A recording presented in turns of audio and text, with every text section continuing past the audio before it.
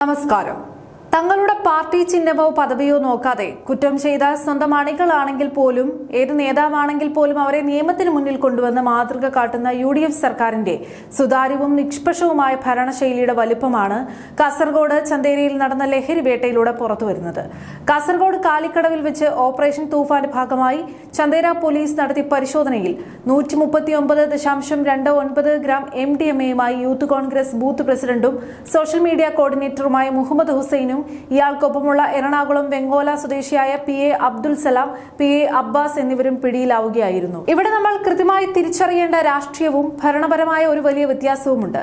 മുൻപ് VD സതീശൻ ഇവരുടെ വീടുകൾ സന്ദർശിച്ചതിന്റെ ചിത്രങ്ങളും മുൻപ് മന്ത്രി PK കുഞ്ഞാലിക്കുട്ടിയോടൊപ്പം നിയമസഭയിലെത്തിയ ദൃശ്യങ്ങളും ഒക്കെ ഉയർത്തിക്കാട്ടി ആരോപണങ്ങൾ ഉന്നയിക്കാൻ എതിരാളികൾ ശ്രമിക്കുന്നുമുണ്ട്. എന്നാൽ സ്വന്തം പാർട്ടിയിലുള്ള ആളാണ്, നേതാക്കന്മാരുമായി ബന്ധമുള്ള ആളാണ് എന്ന് നോക്കി ഈ കേസ് ഒതുക്കി തീർക്കാനോ പോലീസിനെ കൊണ്ട് FIR തിരുത്തിക്കാനോ പ്രതികളെ സ്റ്റേഷനിൽ ഇറക്കിക്കൊണ്ടു പോകാനോ UDF സർക്കാരോ അതിലെ പ്രമുഖ നേതാക്കളോ തുനിഞ്ഞില്ല.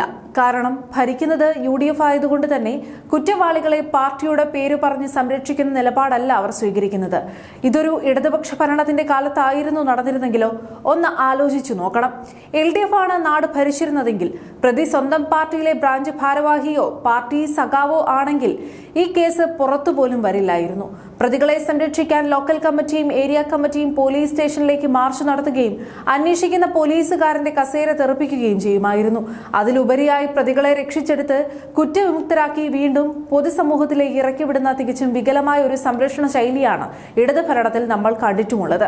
എന്നാൽ അതിൽ നിന്നും തികച്ചും വ്യത്യസ്തമായി കുറ്റവാളി എത്ര വലിയ പാർട്ടി പ്രവർത്തകരായാലും ലഹരി വിരുദ്ധ പ്രചാരണത്തിൽ പങ്കെടുത്ത ആളായാലും നിയമത്തിന് മുന്നിൽ എല്ലാവരും സമന്മാരാണെന്ന് VD സതീശൻ സർക്കാരും ആഭ്യന്തരമന്ത്രിയും പോലീസും തെളിയിച്ചിരിക്കുകയാണ്. പോലീസിന് പൂർണ്ണ സ്വാതന്ത്ര്യം നൽകിക്കൊണ്ട് രാഷ്ട്രീയത്തിനും അപ്പുറം നിയമപരമായ നീക്കം നടത്താൻ ആഭ്യന്തര വകുപ്പ് അനുമതി നൽകിയതുകൊണ്ടാണ് ഇത്രയും വലിയൊരു MDMA വേട്ട കൃത്യമായി നടക്കുകയും പ്രതികൾ അഴിക്കുള്ളിലാവുകയും ചെയ്തത്. നാടിനെയും യുവതലമുറയും നശിപ്പിക്കുന്ന ലഹരി മാഫിയക്കെതിരെ വിട്ടുവീഴ്ചയില്ലാത്ത പോരാട്ടമാണ് സർക്കാർ നടത്തുന്നത്. സ്വന്തം പാർട്ടിയിലെ പുഴുക്കുത്തുകളെ പോലും വെച്ചു പൊറുപ്പിക്കില്ലെന്നും ക്രിമിനലുകൾക്ക് രാഷ്ട്രീയ തണൽ ഒരുക്കില്ലെന്നുമുള്ള UDF സർക്കാരിന്റെ ഈ മാതൃകാപരമായ നിലപാട് ജനങ്ങൾ ഇരുകൈയും നീട്ടി സ്വീകരിക്കുകയാണ്.